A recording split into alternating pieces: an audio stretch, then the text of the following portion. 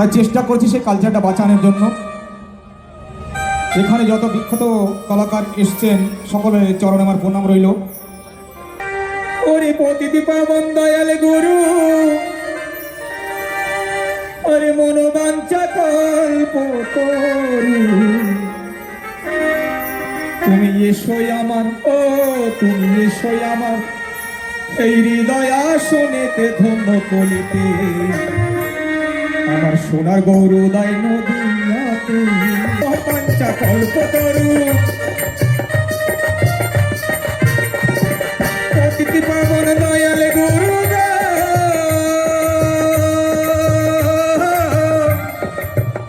হরি পতিতি পাবন দয়াল গুরু, মনোবাঞ্ছা কল্প করু, তুমি এসো হই আমার, তুমি এসো হই আমার হৃদয় আসনেতে ধন্য করিতে,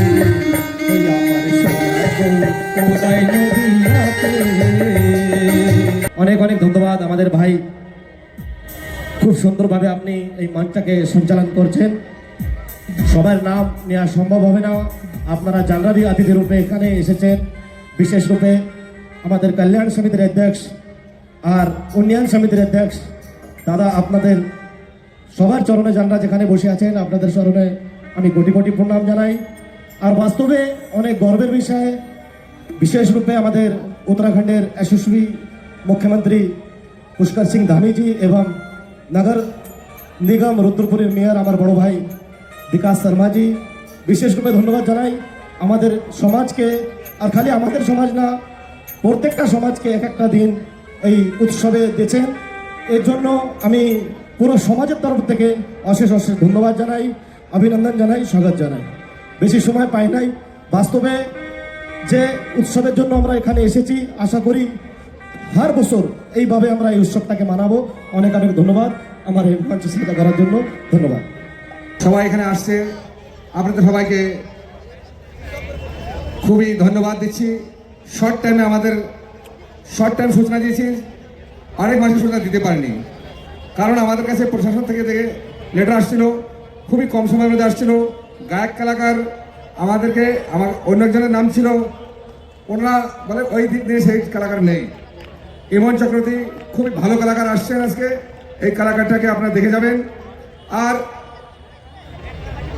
আমাদের চেষ্টা ছিল যে এর থেকে আরো আরো আরো ভালো করবো, কিন্তু এটা আমাদের ট্রেলার, কিন্তু এটা আমাদের ট্রেলার 2026-এর মধ্যেই আমাদের এই গান্ধী পার্কে 3 দিনের বাঙালি সাংস্কৃতিক মেলা হবে। আর আমি আপনাদের কথা দিচ্ছি, আমাদের দিনাজপুর, রুদ্রপুর, শক্তিভারম, তিনটা ক্ষেত্রের সবাইকে আমরা নিমন্ত্রণ করব, সবাই সহযোগিতা হবে। আর এখানে আমাদের, কারণ ওটা আমাদের সরস মেলা, আমাদের সরকারি কার্যক্রম হবে না। সরকারি কার্যক্রম থাকলে আমাদের বন্ডে থাকতে হয়, আমাদের নিজস্ব লোকরা আমরা নিমন্ত্রণ করতে পারছি না, পাস দিতে পারছি না, অনেকটা জ্বালা আছে, আপনারা বুঝতে পারবেন। অনেক মানুষ ভাবছে বলা দিলীপ চাচ্ছে, দিলীপ আমাকে দিচ্ছে না পাসটা, কিন্তু আমাদেরকে লিমিটেড পাস দিয়েছে, সেই হিসাবে আমরা সবাইকে নিমন্ত্রণ করেছি। এর পিছনে কুর্সি ছিল না, কালকে দেখলাম যে যে পাঞ্জাবের গায়ক কলাকার আসছিল, কুর্সি না থাকাতে মানুষ বসতে পারেনি, খুব হুড়দম হয়েছিল, লাস্টে ভিড় চলে আসলো এখানে, সেজন্য সে কলাকার লাস্টে প্রোগ্রাম বন্ধ করে চলে গেছিল। তা আমরা বলছি যে পিছনে কমসে কম 2000 কুর্সি লাগানো হোক, তো 2000 থেকে বেশি কুর্সি লাগানো হয়েছে। এবং আমরা বললাম আমাদের কিছু পাস দেওয়া হোক, সে পাসের ব্যবস্থা করা হয়েছে। সময় আমাদের এখানে শর্ট, খালি এতটুকু বলবো, এটা আমাদের ট্রেলার, বেশি কিছু বলা যাবে না, কারণ আমাদের আগের কার্যক্রম দেখতে হবে, সেই টাইমের মধ্যে বলতে হবে। কিন্তু আপনাদের এতটা বলছি যে আবার পুনঃ বাঙালি কল্যাণ সমিতি, আমাদের বাঙালি কর্মচারী উন্নয়ন সমিতি, বাঙালি ছাত্র সংগঠন মিলে এই ময়দানে দুবার 3 দিনের প্রোগ্রাম করবো। বাঙালিদের খাওয়া হবে, কিন্তু ব্যঞ্জন হবে। এখানে দেখাবো এই ধরতিতে, এই মাটিতে, যে বাঙালিরা কি খায়, বাংলা কি পড়ে, সব কথা দেখতে পারবেন। এখন এটা ট্রেলার, সেই ট্রেলারটাকে আপনাদেরকে একটু ঝাঁকি হিসেবে দেখালাম, এটা আপনারা দেখেন। আর আমাদের কার্যকর্তা দ্বারা ভুল হতে পারে, সেটা ক্ষমা মার্জনা করে দেবেন। আগে আমরা চেষ্টা করবো এই ভুল যাতে না হয়। আর এই প্রোগ্রামটা আর যা কার্যক্রম আছে সেটাকে আপনারা দেখবেন আর লুপ্ত উঠাবেন। আশা করি আমাদের যে অন্যান্য কার্যক্রম আছে, আর ইমন চক্রবর্তীকে আপনারা দেখে যাবেন, খুব ভালো আমাদের বাংলার নায়িকা আছে, আর ন্যাশনাল অ্যাওয়ার্ড দেওয়া আছে। আর সারেগামাপা বাংলা জাজ ছিলেন, উনি কিছু সময়ের মধ্যে আপনাদের স্টেজে আসবে। ওর আগে একটা জাদু খেলা হবে, সেটাও দেখবেন। কেন আমরা সবকিছু অল্প অল্প দিয়েছি, তাকে আমাদের যে সংস্কৃতিটা সেটা আমাদের সবাইকে দেখাতে চাই যে আমাদের বাঙালি সংস্কৃতিগুলো আছে। এইটা করে বলে আমি আমার বাণীকে বিরাম দিচ্ছি। জয় হিন্দ, জয় ভারত, জয় উত্তরাঞ্চল। আর এখানে উপস্থিত যে কর্ণবান স্বরাজ আজীবিকা মেলা যে আমাদের পুরো হিন্দুস্তানে সব জায়গা হয়, যেটাকে আমাদের লোকপ্রিয় প্রধানমন্ত্রী নরেন্দ্র মোদীজি এর শুরুয়াত করে। এর উদ্দেশ্য যে আমাদের গ্রামে যে মহিলা সমূহ আছে, আরও সমূহ আছে, ওই সমূহতে যারা নিজের নিজের প্রোডাক্ট তৈরি করে গভর্নমেন্টের সাহায্য নিয়ে বা নিজেরা মিলেমিশে ওটা প্রচার কী করা হয়, গ্রামে তৈরি হয়। আর শহরের লোকের সঙ্গে একটা তালমেল করার জন্য এই সরেশ আজীবিকা এই মেলাটা শুরু হয়েছে। আর ওই ক্ষেত্রতে যে যত সমাজের লোক আছে, ওই লোকদের যে ভাষা, ওই ভাষা নিয়ে প্রত্যেক দিন একটা একটা এখানে প্রোগ্রাম হয়। যেরকম কালকে এখানে পাঞ্জাবি সমাজের প্রোগ্রাম ছিল, আমি এখানে আসছিলাম। ওনাদের যে গায়ক সে আসছিল পাঞ্জাবি গায়ক, কত লোক দেখলাম পুরো মাঠে জায়গা ছিল না, এত লোক ছিল। আর কালকে আমি যখন এখানে যে আমাদের লোকপ্রিয় সাংসদ অজয় ভট্টজি, বিধায়কজি আরও আমাদের রুদ্রপুরের মেয়র, আমরা এক প্রোগ্রামে ছিলাম, তখন দেখলাম যে রুদ্রপুরে ওদের সমাজে সবাই মিলে তাদের প্রোগ্রামে আসছিল।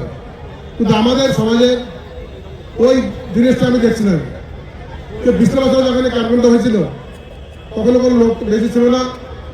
আজকে দেখছি আমাদের সমাজের লোক কম। কিন্তু আমাদের যে সমাজের যে বিষয়টা, ওটা আমরা মেসেজ কী করে দেবো? কারণ আমরা যদি একসঙ্গে ঠিক করে যে কোনো কার্যক্রম যদি না করি, আমাদের ভিতরে